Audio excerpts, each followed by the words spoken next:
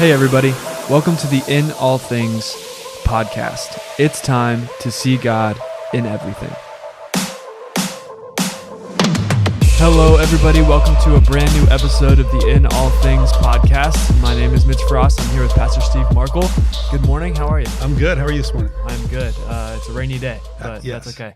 I just had a Starbucks, so I'm good. What'd you have? What was your order? I just got coffee, but I've had this little indulgence I've had lately where with my coffee, instead of half and half, I've gotten heavy cream. It tastes so much better. Wow. It's a little treat. Wow, you're really treating Yeah, yourself. I know, man. So I'm good. Well, I'm not a coffee drinker, but that sounds good. Have you caffeined up? You don't do that too often. Not typically, No. so I'm good. Okay. It's going to be a good day. It's going to be 60-something degrees. It's not really going to feel like it because of the cold rain, but yesterday was and the a day great before were amazing. Yes. I'm so ready for spring and summer. It was a little February tease. Yeah, it was nice. Yeah. But anyway, here we are. Yeah. Rainy Monday. That's when we're recording. Brand new episode today. Hey, last week you did this without me. How was it? It was fun, actually. Sherry did a great job, and it was a lot of fun doing that episode, talking about our relationship and being on the other side of the table as the host was different, having notes and all that. But I got a lot of good feedback, and I know a lot of people enjoyed hearing from her. So I appreciate you planting that idea. Yeah, I was curious if you heard any feedback yesterday or anybody talked to you Yeah, a about lot it. of people came by at church and talked to her and told her how much they enjoyed hearing from her and all that. So it was out of her comfort zone because she likes to be well prepared for anything she's going to ever talk about in front of people. But she did a really good job, and it was a lot of fun. So yeah, Good. did it good sometime. Yeah, I checked it out, listened to it. It was weird for me. Yes. Not like obviously being in the room Yes. when it happened and everything. So just listening to it when it came out on Thursday and everything. So I actually watched it because it's even less often that I watch these. Right. And so yeah, it was cool. You guys did a good job, Okay. and it was weird not being there. So, Yeah. but I it missed was you. good stuff. Yeah. But anyway, so give me a recap of your last week. Sunday. What'd you do this weekend? We were off yesterday, President's Day. I said Monday. You did say Today's I was Tuesday. I was letting Yeah, you go. wow, I'm really thrown correcting off. yourself. Yeah, this is a Tuesday because Monday we did celebrate President's Day. So I mean, we had a good Sunday church this week, continuing our series. Yesterday, I did work on sermon a little bit, even though we worked from home. It was kind of cool. Went to the gym. Yeah, relaxing day. Nice. How about you? Yesterday was a lot of house cleaning, actually. Oh. We're hosting Rhythm on Wednesday at our house for the first Yes. time. First kind of big thing that we've had at our house, which if you don't know, that's our young adult ministry. And so we did a lot of projects that we've been meaning to do. Right. Meaning to clean for a while. We just did it all yesterday. So that was most of the day, We haven't honestly. been in the house that long, so No. it couldn't really be dirty yet. No, well, we have You have dogs. and That's stuff, true. so, Yeah, today's a busy day here too because we're doing this, and then once a month I host a lunch. LCN actually had the shirt on the day, but Liberty Church Network, it's a network of pastors that we meet once a month for lunch, fellowship, learning from each other. So that just happens to be today as well.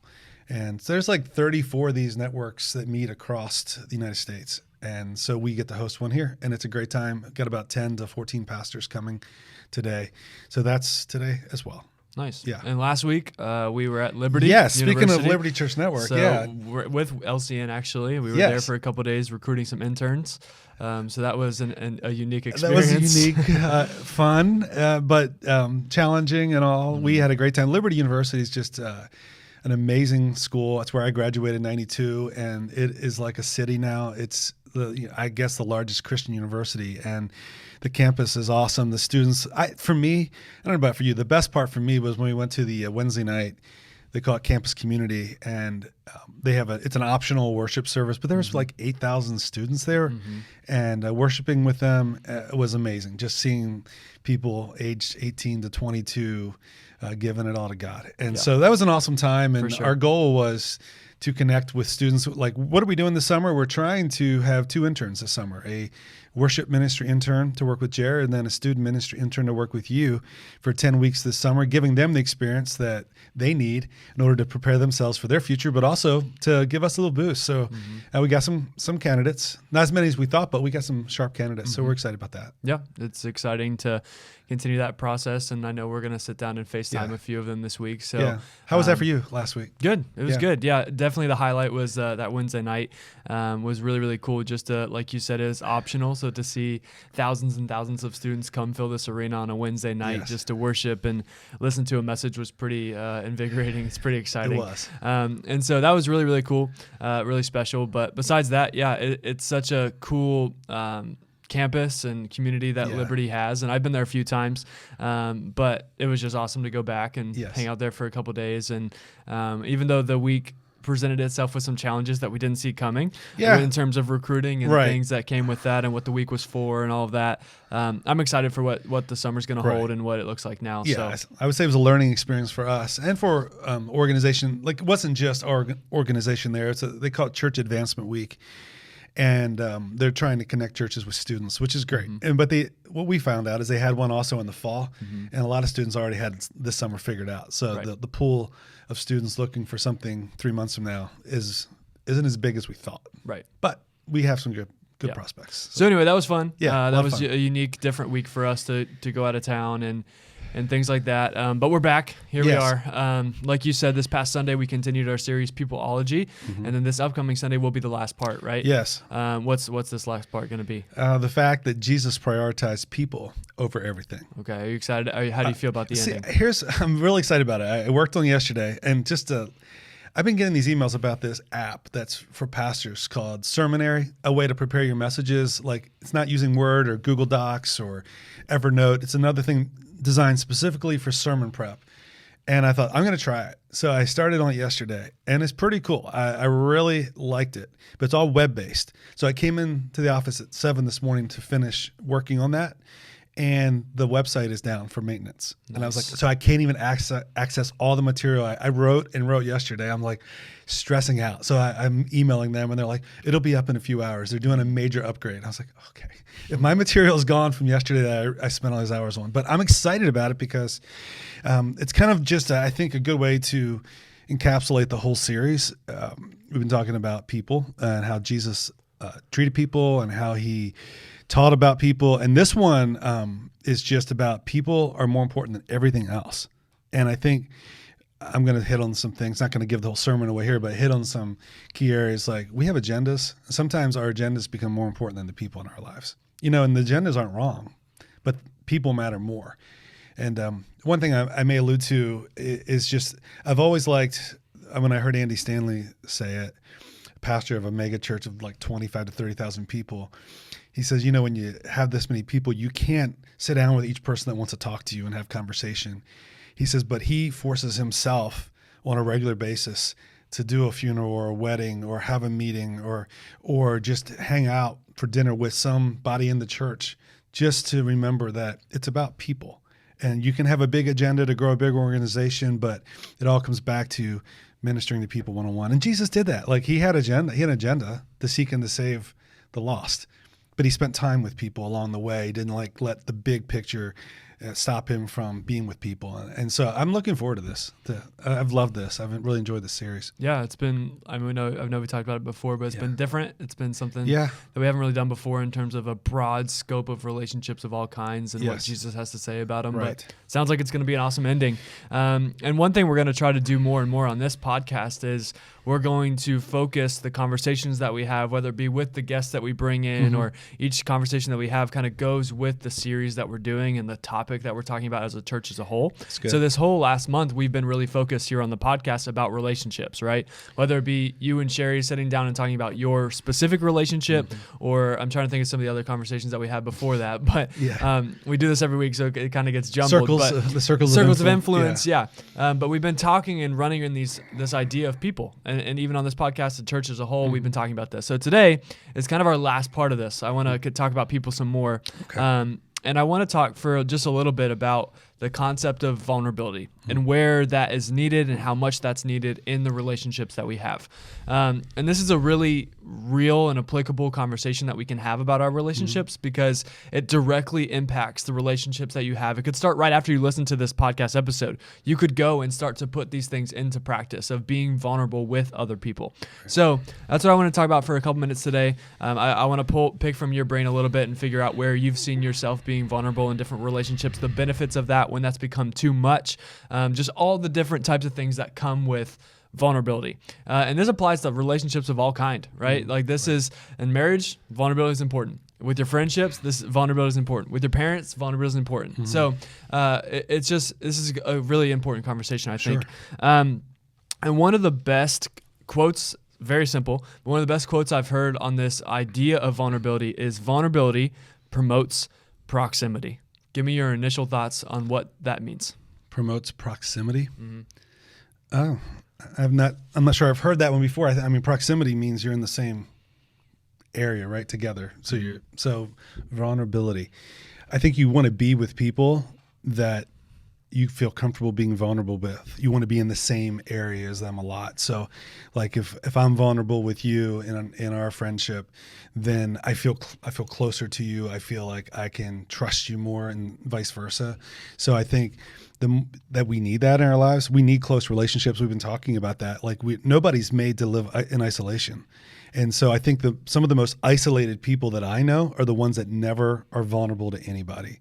They don't have close friends. I talking to a man recently in our church who said, I don't need friends. I just, I don't really need, I'm older, had friends in my life, don't really need that. I'm like, I think you're wrong. What do you think the dangers are of living a life like that? Oh, I mean, yeah, there's a lot of dangers in that. I mean, you can become so isolated that you feel desperate. I mean, there's depression. There's negative thoughts that there's nobody there to talk to about, to process. The feeling of what is the point of living? I mean, there's a lot of things that can happen there. I think there's people though that don't show it, but they are. They're like that. They're not vulnerable to anybody or close to anybody. So you may think they have friends and they have a lot of surface people that they're around, but when you come down to it, nobody really knows the real them. And that's kind of dangerous. That is. So is it true that you think vulnerability, being open, vulnerable, honest with somebody brings them closer to you? Do you think that that's something that is true every single time? I think it's true every time when the person is authentic and they have your best interest at mind. What would an example be of the opposite of that? Somebody that just wants to get to know the details about your life so they can gossip about you, or that you're a person that is maybe more famous, popular, well-known. You run in bigger circles than them. So if they get to know you, they feel really, really good about themselves. And if they have something on you, they can, I don't know, use it and for their own benefit and tell other people about it and say, I know about, Steve's secrets. That's not a person that is good for you. That's dangerous, of course. Yeah, I would agree with that. Yeah. I want to get to that later as we flesh out this idea of what it means to be vulnerable, but there are negative sides of it too. Right. But let's keep it on the positive for now, okay? Yeah. I think that there's this dangerous idea that floats around, and maybe it's more true for guys, but I think it's true for everybody, where we feel like we need to be reserved, we need to keep, quiet, not open up, kind of make sure that we have it all together around other people so that people don't see us as weak, people don't see us as too emotional or too much or too much to handle, and so we just keep it to ourselves, or we only open up to our spouse, which that you should do that if you do have a spouse, but it's more than that. So I think there's just this dangerous idea that goes around where we're told to be quiet, or we're told to keep it to ourselves a little bit, even if that's never said out loud. That's kind of how we feel. And I don't know if you've ever been in a setting like this, but I know that I have, where maybe it's a small group setting, or for me, I know I'm younger, but in college and high school and things like that, at youth group, and I'm the only guy in the room who's able to speak up about my feelings, or the only one in the room who's able to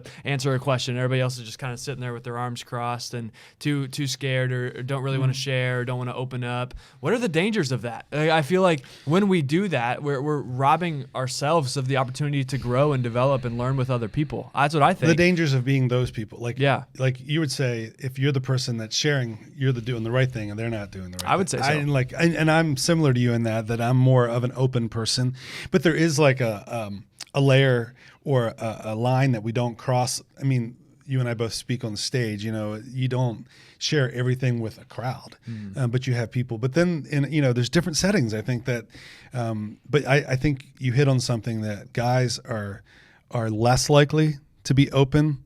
And when they do end up standing up in a classroom, like you may have talked about, or in any type of small group setting, they're not even that honest at first. They hold back a little bit because they don't want to get all up in their feelings. And it's funny. I had to say this last night. My wife and my son and I went to see Spider-Man. Now, I saw it back in December. So did Nick, but Sherry hadn't seen it. And so just the three Spider-Mans, and how Andrew Garfield, how he was the emotional one compared to Tobey Maguire and Tom Holland. Why do I forget his name?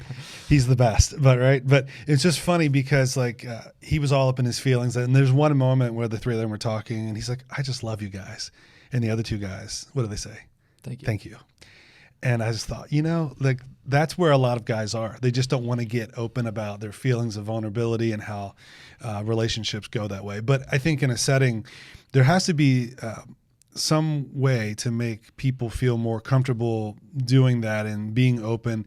So I think there's reasons, there's masculinity reasons, there's trust factors. Maybe they've never seen it modeled for them. Like a lot of guys, their dads. I mean, did their dads ever open up to them and talk about feelings and all that kind of thing?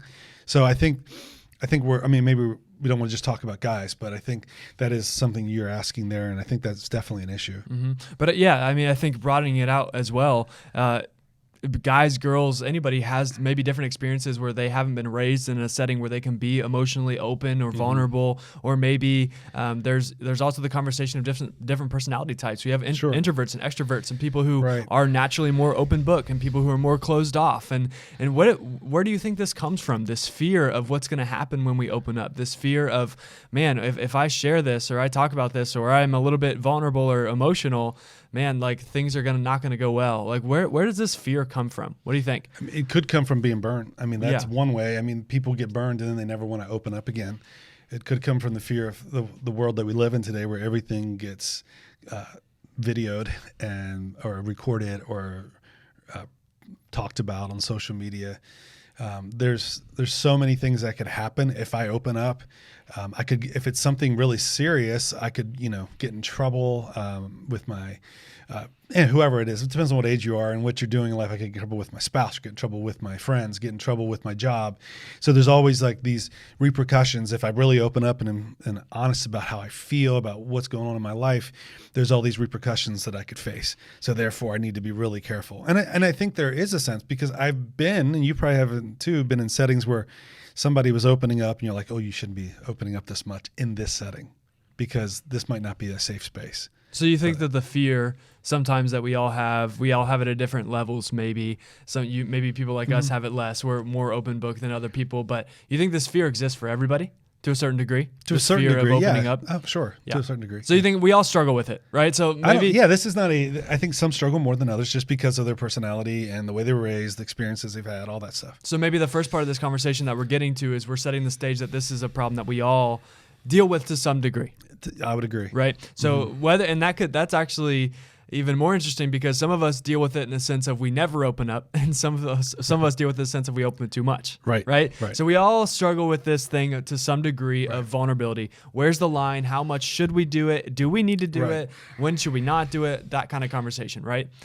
Absolutely, because I think too that the more vulnerable you are, the more authentic you are as a person, and the more when you really share with somebody, then they're like, wow, you're awesome. I trust you. And I have the same struggles, or I have similar struggles.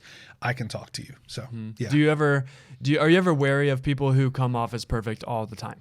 Have you ever had a situation like that? Yeah, they're too good to be true. And I know, I mean, of course I've seen that plenty of times in my world, and sometimes pastors can do that. And I don't know about you, but some of the best comments I get are when I've been the most vulnerable, when I've been the most honest. I mean, not that I'm less honest other times, but more open about struggles that I have personally, or even where Sherry even said in our podcast last week that there was times when we didn't know, she was like, I don't know if we're going to make it, I never thought that, but she did. I mean, and it's all about how you're raised and what you've gone through in your life. But, being vulnerable like that makes you more relatable to people. So do you think that the Bible has anything to say about this idea of being vulnerable? Probably not. No, probably not. It only talks about a couple things. So. Yes. I have two verses that I wanted to bring up. Any guesses on what they could be in this conversation of vulnerability, talking about things that we go through, being open and honest? Anything come to your mind right away? My mind isn't there right now. Hey, that's all right. Okay, the first one I have is 2 Corinthians 12, 9 through 10. Okay. Each time he said, "My grace is all you need. My power works best in weakness. So now I am glad to boast about my weaknesses, so that the power of Christ can work through me. That's why I take pleasure in my weaknesses and in the insults, hardships, persecutions, and troubles that I suffer for Christ. For when I am weak, then I am strong." So this is Paul, writing, and he's talking about this whole idea of because of what Jesus did on the cross, because he's more than enough for us, now all of our shortcomings are actually reasons to bring glory to him, right? Like I'm covered by Jesus' sin and his blood on the cross and what he did on the cross, and so because of that, your sin is covered. Yeah, exactly. Yes. And so, whoa, bless you back in there in the booth. But what do you think? Why would I bring this up in a conversation about vulnerability and this whole idea of in my weaknesses now I'm made strong because of Jesus? Why would that be a good place to start? Paul is the guy that we know that wrote more than half of the books of the New Testament and planted all those churches and great missionary and all that happened with Paul, and yet Paul, in this man of strength that we know, is yet saying, I have weaknesses, and it's me being vulnerable enough to admit that has allowed God to use me in the way that he does. And I think that there's just that lesson there that when you and I and everybody listening, and in whatever circles that we're in, when we are vulnerable enough to share our weaknesses with others, it gives us strength and it gives them strength, because then they see, oh, they're struggling, they have weaknesses, they struggle, but they trust God. And because they trust God, God still uses them in their life. Wow. Okay. Maybe God can use me. I mean, that's encouraging. Yeah. One thing we do often with our students here at Sycamore Creek is we do testimony nights. We do it about 2 or 3 times a year. I've been the one. That's pretty awesome. We did a camp when you were there, and it's truly a powerful moment. Even students resharing stories is something that is really exciting for us, and it's really cool to watch. But one thing I say almost every time that we do it before we start is I tell people, hey, right now there's people in this room who have struggles or have things that they feel like they shouldn't share, or they feel like maybe they're not supposed to share, or they're not supposed to talk about because it's too messed up, it's too painful, it's too this. And I always bring it back to this point of if you don't share them, then the devil's actually happy about that. Because what you do when you take something that you've been through, like Paul says, hardships and pains and insults and persecutions and things that I suffer with, what you do when you share those in the presence of other people is you actually give them strength to, like you just said, man, I'm going through something similar than that. And if God can work in their situation, in their life, then maybe he can in mine too.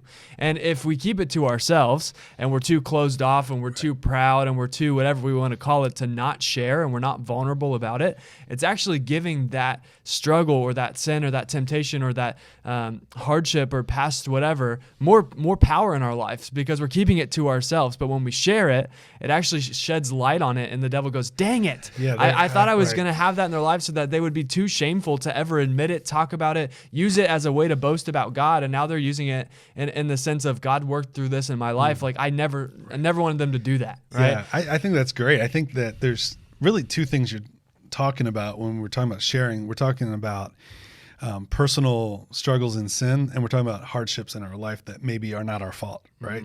And I think there's 2 caveats there, because it's a lot easier to share about bad things that have happened to you that you haven't necessarily caused, because you don't feel as much guilt there. You just feel like I'm going to get support by opening up, even though it may be hard and embarrassing or whatever reason you don't want to share. It may be shameful, but it wasn't your fault.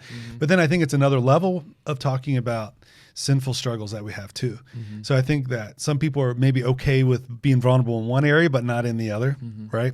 And the whole keeping it together, looking good thing. As long as I'm not making myself look bad, I'll share it. But if I'm making myself look bad, then maybe I shouldn't share this. And I think Paul was talking about both. I mean, I think he had, both issues in his life. Yeah, definitely. We all do. Yeah, for sure. I just think I always go back to this idea that, and this is biblical, but maybe you can remember where it's at because I don't. But I know that Jesus talks about the church being a hospital for the broken. Right. And he kind of has this idea that like this idea of church, this idea of people following God is not supposed to be only for the perfect and the uppity and the people who have it all together, but it's for the people that are broken and need it most. Right. And so when we come together in a church setting, in a small group setting, even in a friendship setting, Like, why? We just got to get past this idea of, okay, we have to have it all together. We have to be perfect. We got to smile. Hey, I'm good. How are you? Like, well, maybe you're not good. And it's okay to say that sometimes, you know, it's okay to, hey, how's it going? Not so great right now. Can you pray for me about this? Like, that's allowed. Like, it's okay to be broken and not okay all the time, you know? It is. We talked about broken relationships this past Sunday and how to deal with it, what Jesus did, and with conflict resolution. And we started, what is this month? This is February. Maybe back in the late of the last year, a room called our care room for after services for people to go and pray with people or pray on their own. And it's slow getting started, but like this last Sunday, we had more people than we've ever had wanting to go over there and pray with someone about it. I mean, so this idea that I'm the only one that's struggling, I'm the only one that has a broken relationship. No. So many of us do, or we have, and we need help. So I think that we need to be there for each other. We need to be able to make that. I think, there's this weird, surface level thing that everybody does. You just alluded to it. Hey, how you doing? I'm good. And that's just not like everybody you meet. Like we met a bunch of people last week down at Liberty. It's not like you meet a stranger and be like, yeah, I'm having a really rough day. Right. I can't find any interns. Like, can you help me? I did do that with a few people. It helped. It got us some leads. But the truth is, we just don't open up about everything to everybody on the surface level. But there has to be some level of space for vulnerability. Which this might go back to the conversation of circles of influence and the people that we have in our lives, because if we're going back to that idea of having the inner circle of the 3 or however many it is, and then, the 12 and these different levels of friends that we have in our lives, do you have people on that inner circle that truly know the things you're going through on a weekly basis and the things that you struggle with? Do you even have those people in your life? Because I think the hard part of the conversation is some of us would say no, or we'd say, oh yeah, we do. But it's like, okay, what do you talk about with this person? Sports, news, but you don't actually ever get past the surface, right? Well, you need people in your life that know what you're going through and what you're walking through. That's the best way to do life, right? Another verse I want to share, James 5:16. Confess your sins to each other and pray for each other so that you may be healed. The earnest prayer of a righteous person has great power and produces wonderful results. What are your thoughts? That verse, it speaks for itself. Yeah. It really does. Pretty straightforward.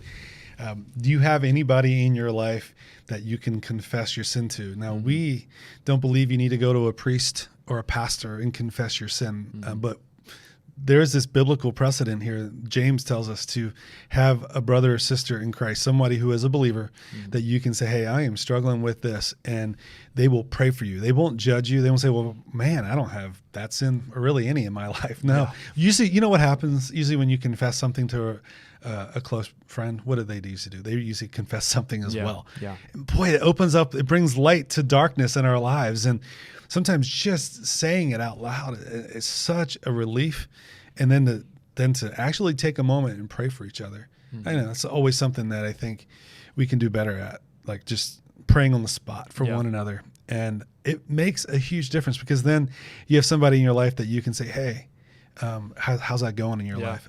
Just remember that thing we talked about? Yeah. We just prayed for a brother in the church that is going through a struggle with alcoholism, and he's had it in the past, beat it in the past, back at it, and he asked for help. And we have a ministry for that, 413 ministry that we have especially for that. But just taking the time, he said just the strength of having all these different people. He said, I got like 50 people praying for me. He said, I'm already having victory in my life. It's amazing. Yeah. But knowing that you've been open and knowing that you have people praying with you, man, huge. Yeah, I know that we may be a little bit biased because we're pastors and we work in a church, but I'm led to believe that when Scripture says things very specifically, it means it.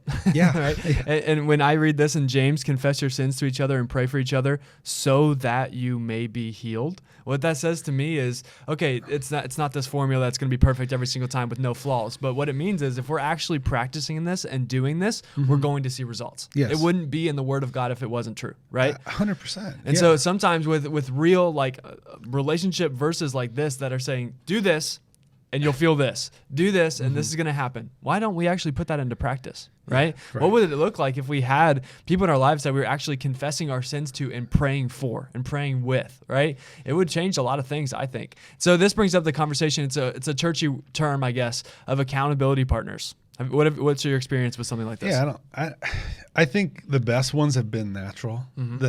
I've seen churches, and I remember my church plant, we had a men's ministry, and the guy in charge of it tried to make it official and match up every guy with another guy, and you had a little card with these are the questions you ask each other every week, which nothing wrong with that. I have no issue with that. I think that can work great.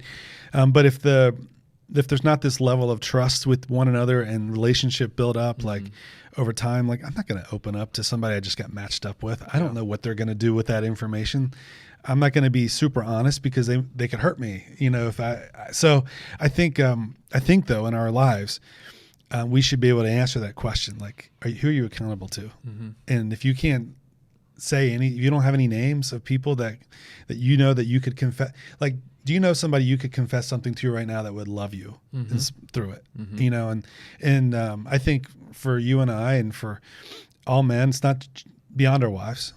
I mean, we should be able to confess to our wives, but there should be another, I think, another Christian man in our lives, and the same for our wives, should be another Christian woman in their lives that they can talk to about something, because I think that is something that's only going to help us grow. And I think it's dangerous to not have accountability, to just be like, I'm on an island, it's me and God, and I don't need anybody else to help me out, tell me what to do.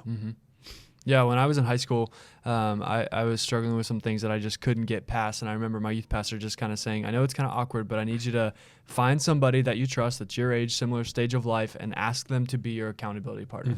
And I actually went through that process, and I remember it so well, of just like that actually helped me overcome the struggles and things I had in my life. But maybe for you could tell us for a moment what it's looked like for you. What does it look like to have an accountability partner? Is that a daily text? Do you call them? Do you FaceTime them every night and tell them good night? What does that look like? It's not like that. I think it's just people that I have in my life that I can talk to about my struggles, and that they talk to me, and it's personal. I mean, it's not like they're people that have been really close friends and trusted over periods of time. So yeah, it's not official. It's not one of those official things, but it could be, it can be, and there's nothing wrong with that. Depends on where you are in life and what you got going on.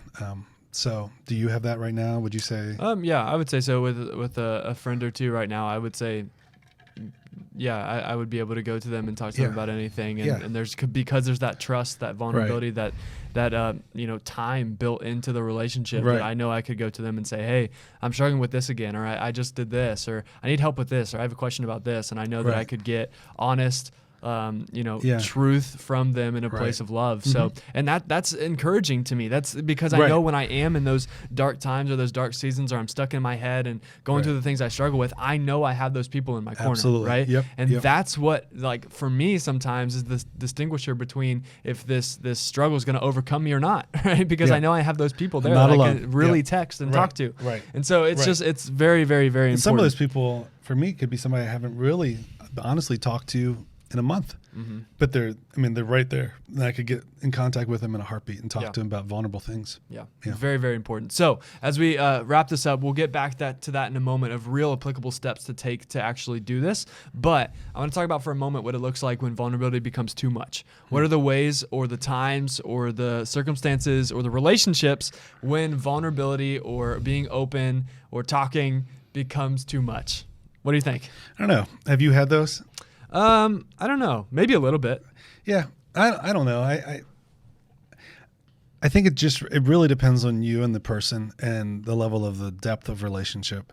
I think the biggest problems have come from what I've seen is people that didn't really have the depth in the relationship that you thought they had, or they really were struggling themselves, and they weren't being honest, but they were taking your information and using it for their own good, or using it to justify something that they were doing. It's really hard, because I've sat with people who have been hurt by friends. I mean, I think it's something that we all have, and you have as a student pastor. I'm sure you see students that trust their friends, and then their friends do something that hurt them, and they take that the wrong way. So I think it can have its negative impact if you're vulnerable to the wrong people. I think, though, it's all about level of trust, like you said, the circle of influence, the people in your group of 3 or your group of 12. I mean, but beyond that, I think that's where the danger comes from. Like, the danger would be for you to be vulnerable or me to be vulnerable on the stage and tell,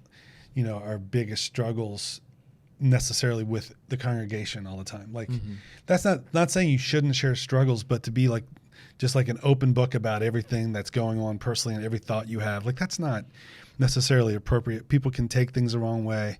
People can manipulate stuff. So, and maybe for those listening that aren't pastors and don't have a stage to communicate on, maybe that's social media for you. Yeah. Right? Maybe that's your family group message. Maybe that's, these different, or maybe it is a small group as a whole, right? Like all the 15 people involved in your small group. Maybe that's not the place to just spew and talk nonstop about everything that you have going on and all the deepest inner parts of every day that you have. Maybe that's not the place for it, right? Yeah. Maybe there are relationships with clear communication and expectations, and that's what the relationship is and what it's for, but there is a time and place where I think it becomes too much. Yeah, I can't think of specifically what was said, but I've been in small groups where one person or so has opened up and shared stuff that made everybody else very uncomfortable. Maybe it was a mixed group, men and women, and somebody shared something and we're like, oh my gosh, I can't believe they're sharing this here.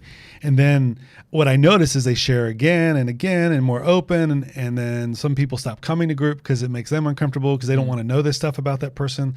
So it was just not the appropriate place. And so we have to just be really wise about that and be careful about that. And in situations where we see that happening, I mean, we should maybe encourage people, like, maybe you shouldn't share that. Yeah. I've said that before. That's not something you should share with everybody. Because it just, once you share stuff today, it's like on your permanent record. So you got to be really careful. And maybe that person that you're referencing, we all have examples of that person. Yeah. If they would have taken the time to maybe pull 1 or 2 people aside at some point and open up and be honest with them, I think that's a whole different ballgame, right? Yeah. Because either then they get the attention, the love, the support that they need, or that person that they're sharing to, small group leader, whoever may be, says, oh, I actually know a person who's going through something similar. Let's see if you guys can connect. And then it just kind of goes from there. But I think opening up and being too vulnerable in certain settings can have a dangerous effect. Yeah, I think being too vulnerable in a larger group setting is a vulnerable thing. You mentioned something really good there because,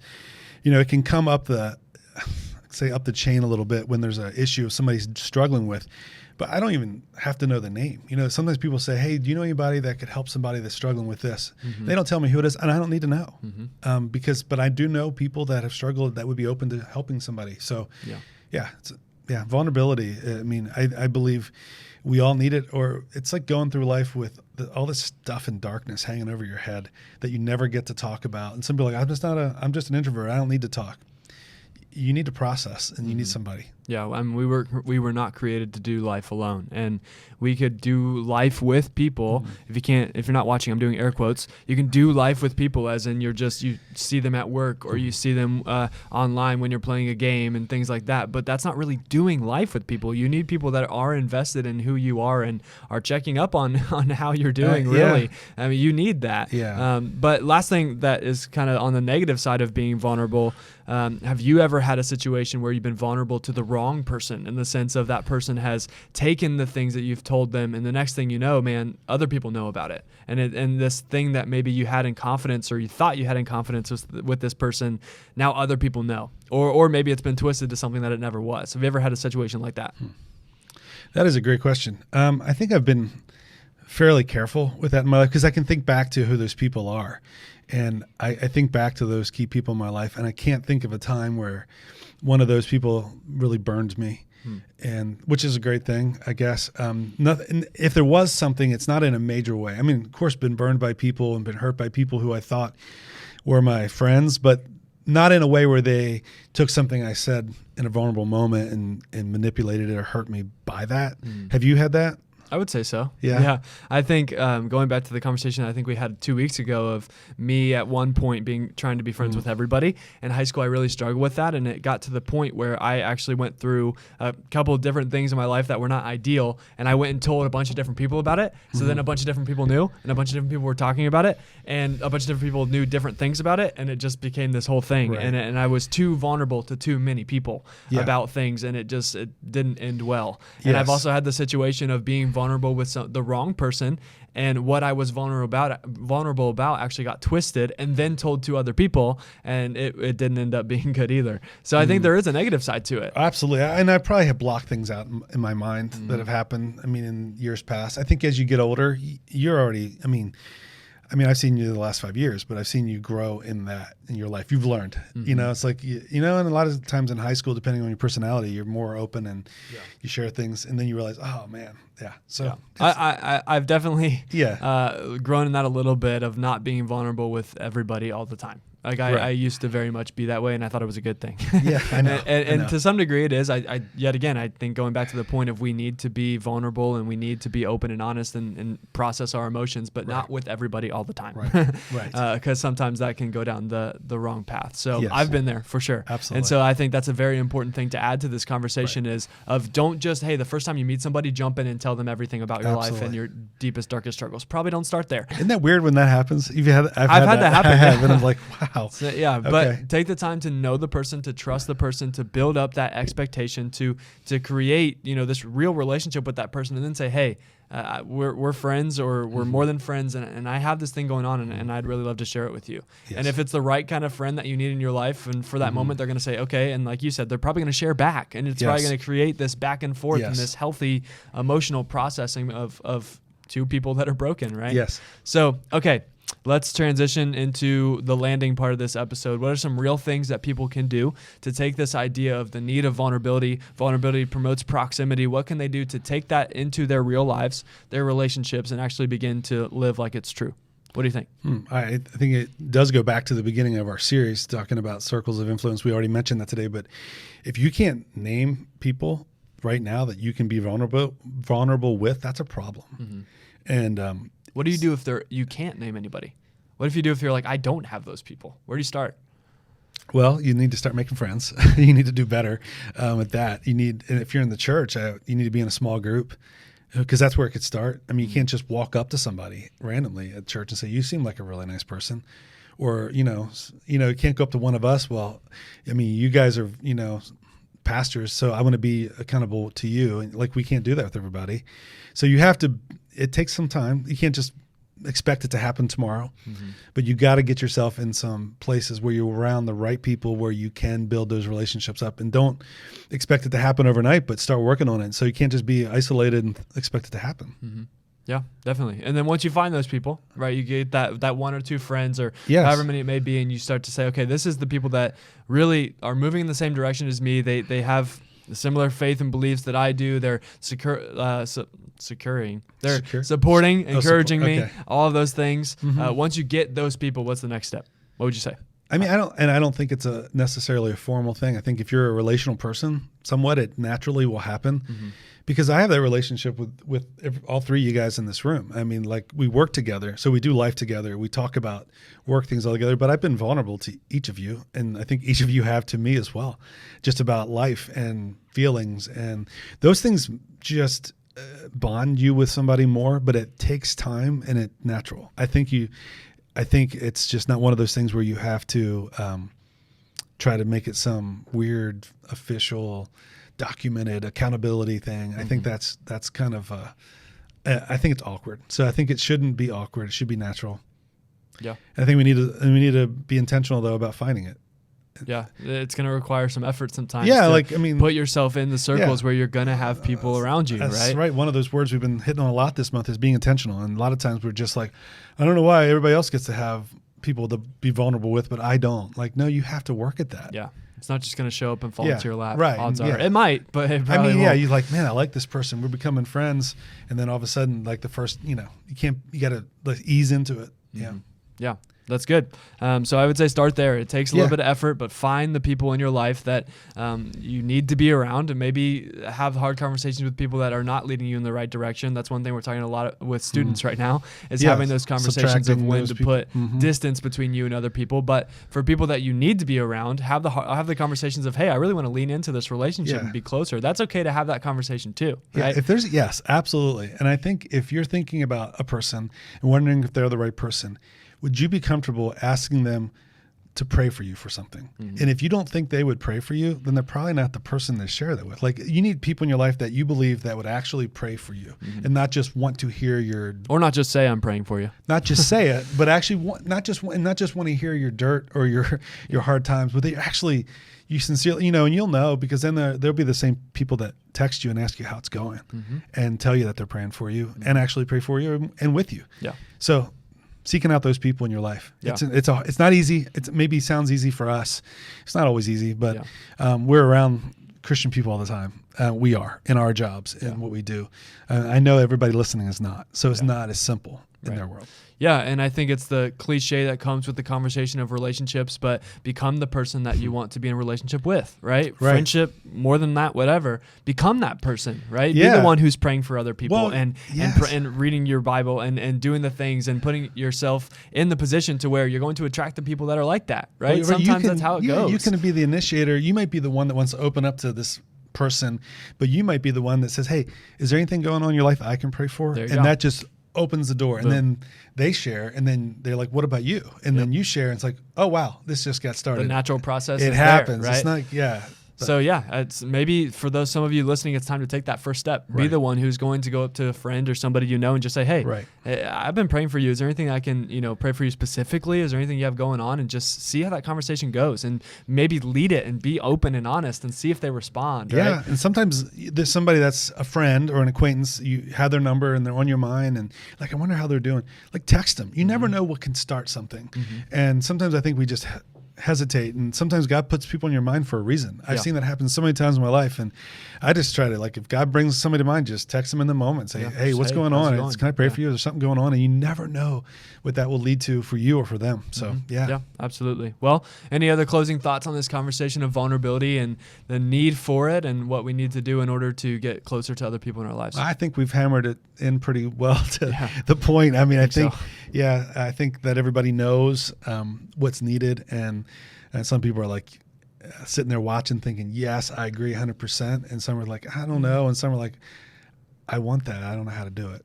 But hopefully we've given you a few things that you can actually do. And, like you always say, if you have any questions, comments, you want help, we'd be glad to communicate with you offline. Definitely. Yep. Reach out to us at any time, podcast@sycamorecreek.org, or DM us on any social media platform that Sycamore Creek has. But man, till next time, next week, we'll see you later on the In All Things podcast. Have a fantastic week. Thank you so much for listening to this episode of the In All Things podcast. Our challenge for you today is to send this episode to one person. Seriously, think of somebody right now that could use this conversation and send it to them. If you have any questions, feedback, or topic ideas, please send them to podcast@sycamorecreek.org, and make sure you follow us on Instagram and Facebook at Sycamore Creek Church so that you can always see what's going on in our world. If this conversation helped you at all, make sure you share it, leave a review, and subscribe so that you don't miss out on a single episode. We love you, God loves you, and we'll see you next week on the In All Things podcast.